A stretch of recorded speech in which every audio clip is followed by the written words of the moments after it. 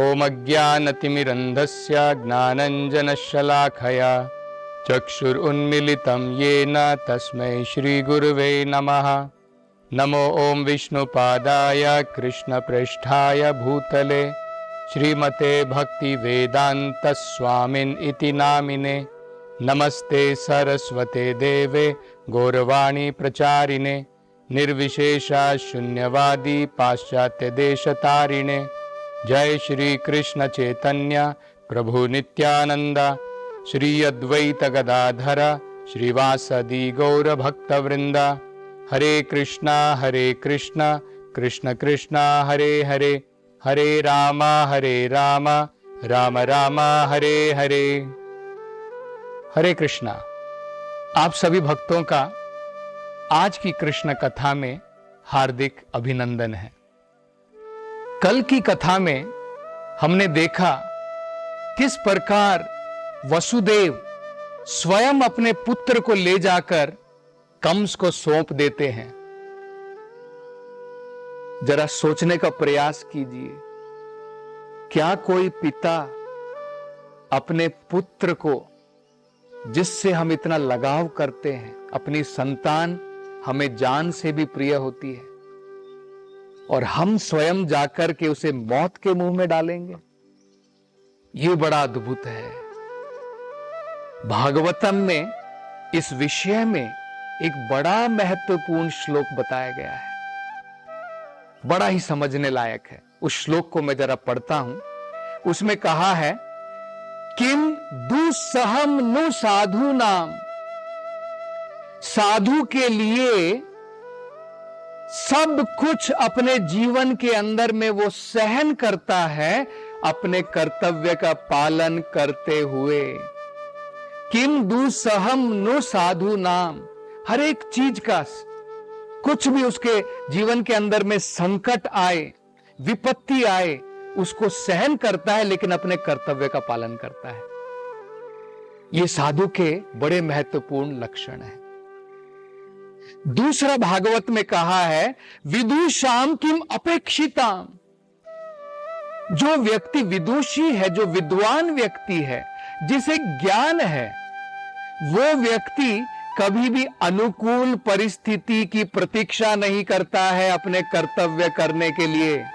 नहीं, जब अनुकूल परिस्थिति आएगी तब मैं अपना काम करूंगा। नहीं, किसी भी परिस्थिति में अपना कर्तव्य हमेशा करता है। यह हम वसुदेव के अंदर में देख सकते हैं। तीसरा भागवत में कहा है, किम अकार्यम कद्र्यानाम। कद्र्यानाम का मतलब होता है दुष्ट व्यक्ति, असुर व्यक्ति। असुर व्यक्ति, दुष्ट व्यक्ति जो होता है, कौन सा घिनौना कार्य है जो वो नहीं करता है? सभी प्रकार के कार्य करने के लिए तैयार होता है। और चौथा भागवत में कहा है, दुस्त्यजम किम धृत आत्मा नाम। भगवान का जो भक्त होता है, वो कोई भी कार्य, जो भी कार्य करता है, सब भगवान को समर्पित करके करता है। हर एक चीज भगवान को समर्पण करने के बाद में ही वो कार्य करता है। तो कंस के इस वृत्तांत से, वसुदेव के इस वृत्तांत से हम ये बड़ा महत्वपूर्ण भाग यहां पर समझ सकते हैं। इसके बाद क्या हुआ? कंस ने कहा, वसुदेव, मुझे तुम्हारे पुत्र से, पहले पुत्र से कोई भय नहीं है। आकाशवाणी में तो कहा था 8वां पुत्र मारेगा, तुम अपने इस पुत्र को वापस ले जा सकते हो। वसुदेव खुशी खुशी अपने पुत्र को वापस ले जा रहे थे, लेकिन उनके मन के अंदर में विचार था कि असुरों की बात का कोई भरोसा नहीं है। आज ये कुछ कहते हैं, कल कुछ और करते हैं। ये असुर के लक्षण होते हैं। वसुदेव अपने, जो उन्होंने एक बार वचन दिया वो करते हैं, लेकिन असुर उस प्रकार का नहीं। और उसी समय जब ये खबर नारद मुनि को पहुंची कि किस प्रकार से कंस ने वसुदेव के पुत्र को वापस कर दिया है, वो तुरंत कंस के महल में गए और कंस से उन्होंने विचार विमर्श किया। उन्होंने कहा, मूर्ख कंस, क्या तुम्हें ज्ञान नहीं है? जितने भी देवी देवता हैं उन सब ने जन्म ले लिया है। और भगवान कृष्ण भी यदुकुल में जन्म लेने वाले हैं। तुम्हें क्या पता है? आकाशवाणी ने कहा है 8वां पुत्र वो पहला भी हो सकता है। तो जब नारद मुनि ने इस प्रकार से कहा तो कंस ने विचार किया कि सही कह रहे हैं। तब ये प्रश्न उठ सकता है, नारद मुनि ने ऐसा क्यों किया? कंस ने तो किसी ना किसी प्रकार से वसुदेव के उस पुत्र को वापस कर दिया था, लेकिन नारद मुनि क्यों चाहते थे? इसका बड़ा महत्वपूर्ण कारण है, वो हम समझने का प्रयास करेंगे। तो फिर कंस ने क्या किया? कंस ने तुरंत नारद मुनि की बात सुनने के पश्चात अपने पिता को सबसे पहले बंदी बना लिया, मथुरा के ऊपर कब्जा कर लिया, देवकी और वसुदेव को कारागार में डाल दिया और उसकी जो संतान थी उनका वध कर दिया। इस प्रकार से एक एक एक करके कंस ने देवकी और वसुदेव के 6 पुत्रों का वध किया। वेदों में बताया है भगवान ने इन 6 पुत्रों का वध क्यों नहीं रोका? वेदों के अनुसार, आचार्यों के अनुसार, ये 6 जो देवकी के पुत्र थे ये पूर्व जन्म में असुर थे। इनका नाम था गर्भासुर।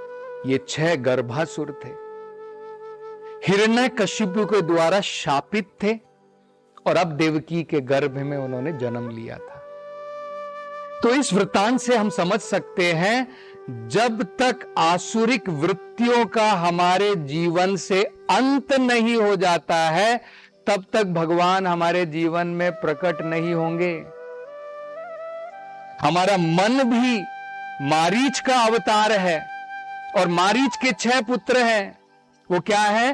काम, क्रोध, लोभ, मोह, मद, मात्सर्य, ये 6 गर्भासुर हैं। जब तक इनका वध नहीं हो जाता भगवान हमारे जीवन में प्रकट नहीं होंगे। ये कारण था नारद मुनि चाहते थे इन असुरों का वध हो।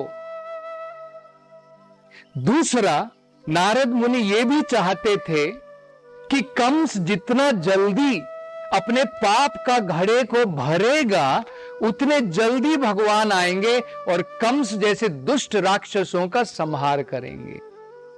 ये नारद मुनि चाहते थे। तो इस प्रकार से 6 पुत्रों के वध के पश्चात जब देवकी के 7वें गर्भ की बारी आई तब भगवान ने अपनी योग माया को आदेश दिया। उस समय देवकी के गर्भ में अनंत शेष जो भगवान के स्वयं विस्तार हैं उन्होंने देवकी के गर्भ में आश्रय लिया और ये देख करके देवकी जो है उनका जीवन जो है हर्ष से भर गया। उनको लगा कि स्वयं भगवान मेरे गर्भ में है, लेकिन उनको हर्ष भी था और शौक भी था। हर्ष इसलिए था कि भगवान स्वयं है, शौक इसलिए था जिस प्रकार से 6 पुत्रों का वध हुआ कंस इनका भी वध करेगा।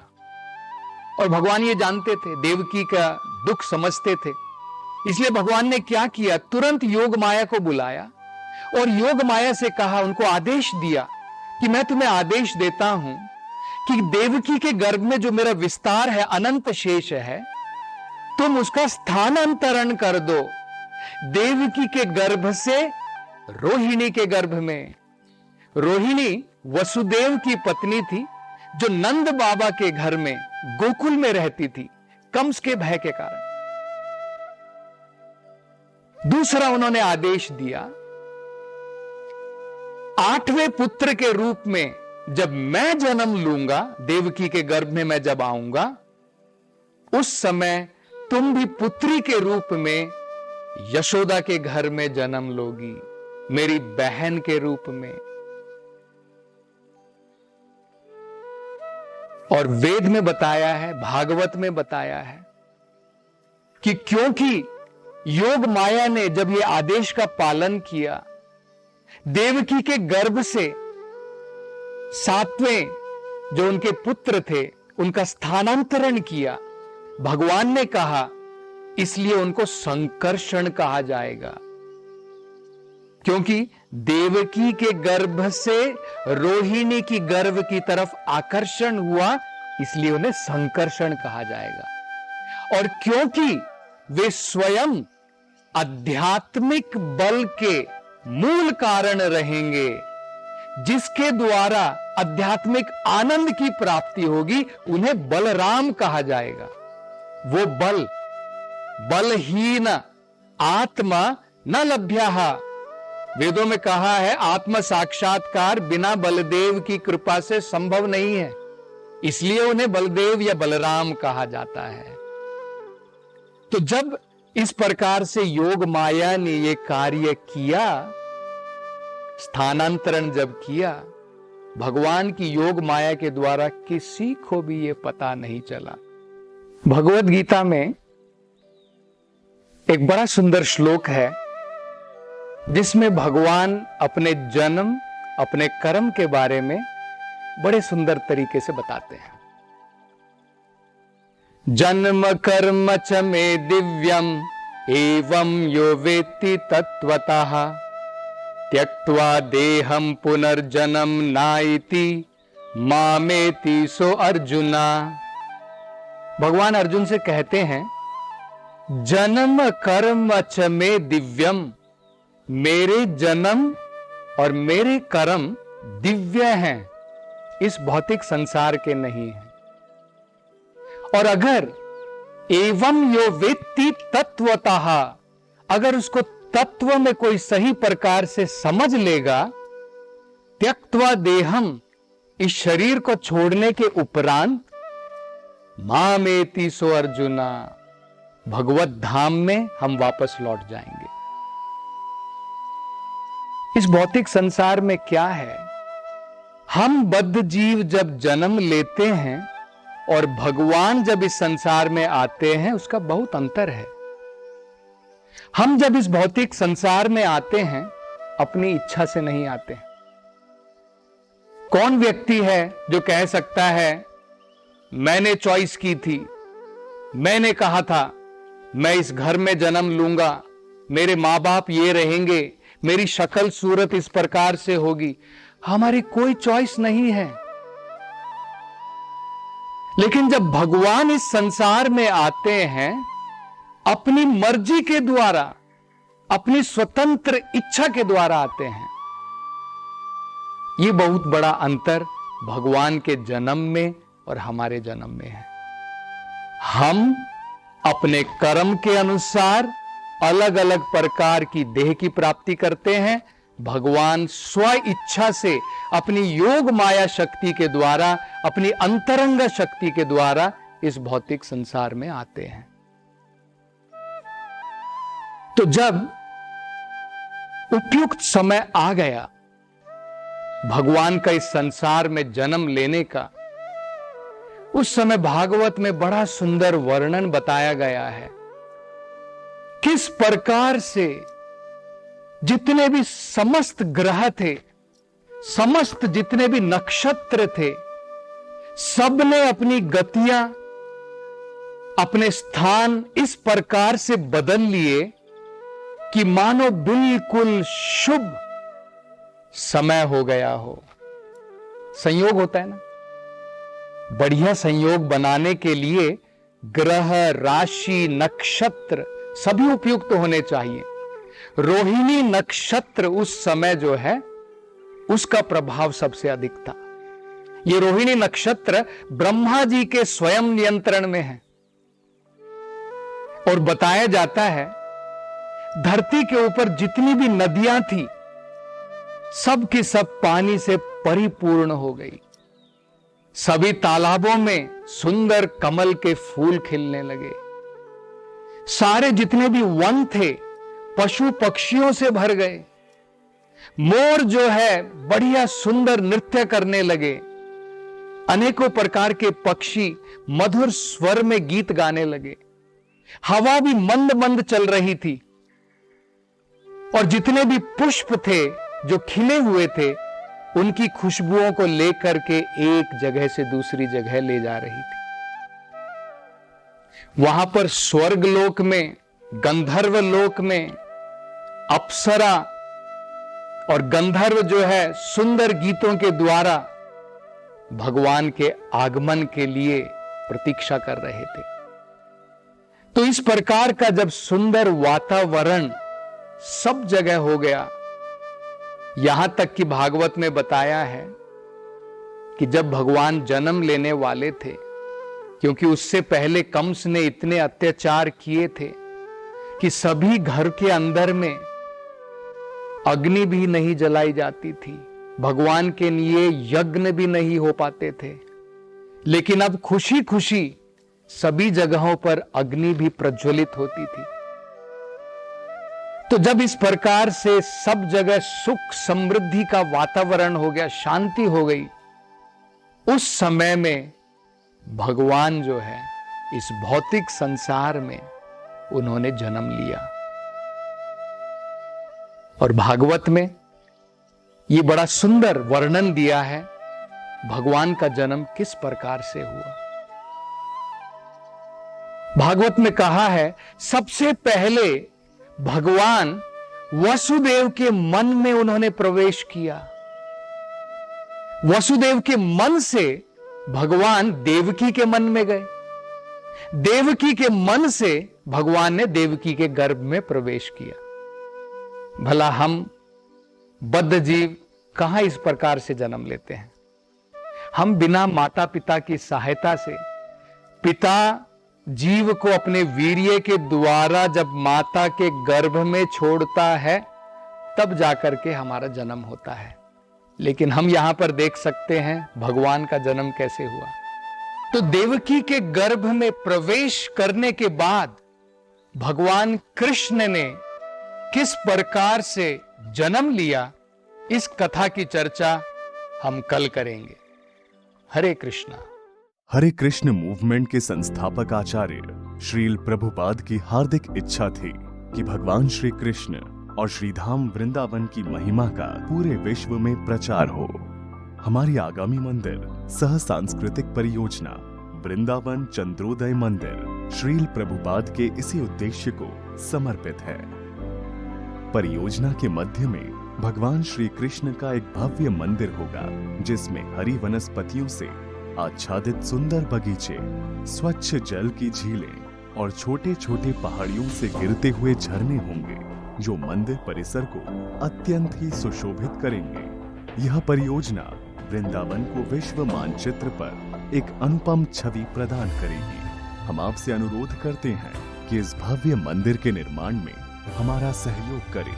आपकी वृंदावन धाम की सेवा से श्री श्री राधा कृष्ण अत्यंत प्रसन्न होंगे। कृपया वृंदावन चंद्रोदय मंदिर निर्माण अभियान में जुड़े। अधिक जानकारी के लिए संपर्क करें 8585850033 77259 77260। इस जन्माष्टमी के शुभ अवसर पर श्रीधाम वृंदावन में निर्माणाधीन विश्व के सबसे ऊंचे मंदिर श्री वृंदावन चंद्रोदय मंदिर में ठाकुर जी को माखन मिश्री सेवा का अनूठा अवसर उपलब्ध है। तो भगवान की यह सेवा करने चूके नहीं और कान्हा जी की कृपा रूपी मेवा प्राप्त करें। 1008 रुपए की यह सेवा करने वाले सभी श्रद्धालुओं को उनके घर मंदिर की ओर से भगवान का प्रसाद प्रेषित किया जाएगा। संपर्क करें 8585850033 7। एक भरोसे का हुनर उंगलियों को मिल गया, मिट गए वो फासले, वो वक्त भी बदल गया। रिश्ते पुराने हैं मगर मिलने के हैं ढंग नए, बदलाव के घुलने लगे अब जिंदगी में रंग नए। हम जहां हमारा बैंक वहां।